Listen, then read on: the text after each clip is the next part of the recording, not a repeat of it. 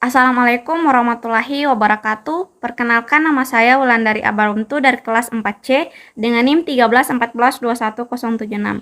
Baik, di sini saya akan memaparkan materi saya yang berjudul Sasaran Pembangunan Administrasi. Langsung saja kita masuk di yang pertama. Sasaran pembangunan dalam administrasi adalah tujuan yang ingin dicapai oleh sebuah organisasi atau pemerintah melalui kegiatan pembangunan administrasi.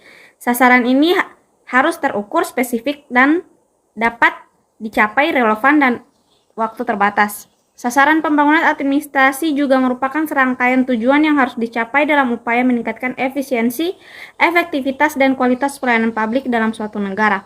Sasaran-sasaran ini meliputi peningkatan efisiensi dan efektivitas, penguatan tata kelola, peningkatan kualitas pelayanan publik. Sasaran-sasaran ini sangat penting untuk mencapai tujuan pembangunan yang lebih besar dalam suatu negara. Sasaran-sasaran pembangunan administrasi. Sasaran pertama yang akan saya bahas adalah peningkatan efisiensi dan efektivitas.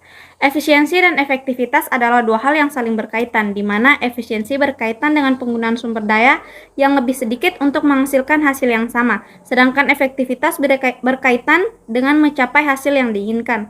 Untuk mencapai sasaran peningkatan efisiensi dan efektivitas, strategi yang dapat dilakukan antara lain penggunaan teknologi informasi, pelaksanaan audit dan evaluasi kinerja, dan pengembangan sistem manajemen kinerja. Dalam hal ini, penggunaan teknologi informasi dapat membantu meningkatkan efisiensi dan efektivitas dalam proses administrasi, misalnya melalui penggunaan sistem informasi manajemen kepegawaian, sistem procurement, dan lain sebagainya. Sasaran kedua adalah penguatan tata kelola. Tata kelola yang baik adalah hal yang sangat penting untuk menjaga kestabilan dan kepercayaan masyarakat terhadap sistem pemerintahan. Sasaran ini meliputi pelaksanaan reformasi birokrasi, peningkatan transparansi dan akuntabilitas, dan penguatan peran pengawasan dan kontrol.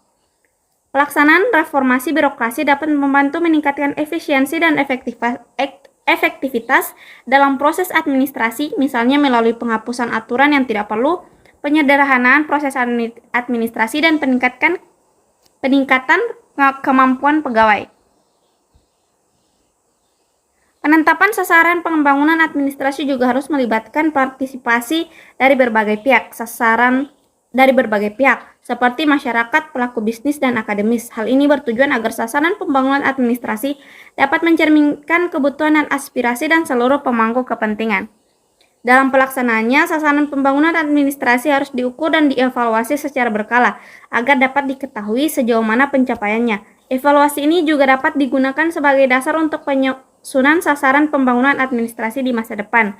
Dengan adanya sasaran pembangunan administrasi yang jelas dan terukur, diharapkan dapat menciptakan administrasi yang lebih efisien, efektif, dan responsif terhadap kebutuhan masyarakat. Baik, itulah pemaparan hasil materi dari saya. Jika ada kesalahan kata mohon dimaafkan. Wabillahi taufiq wal hidayah. Wassalamualaikum warahmatullahi wabarakatuh. Sekian dan terima kasih.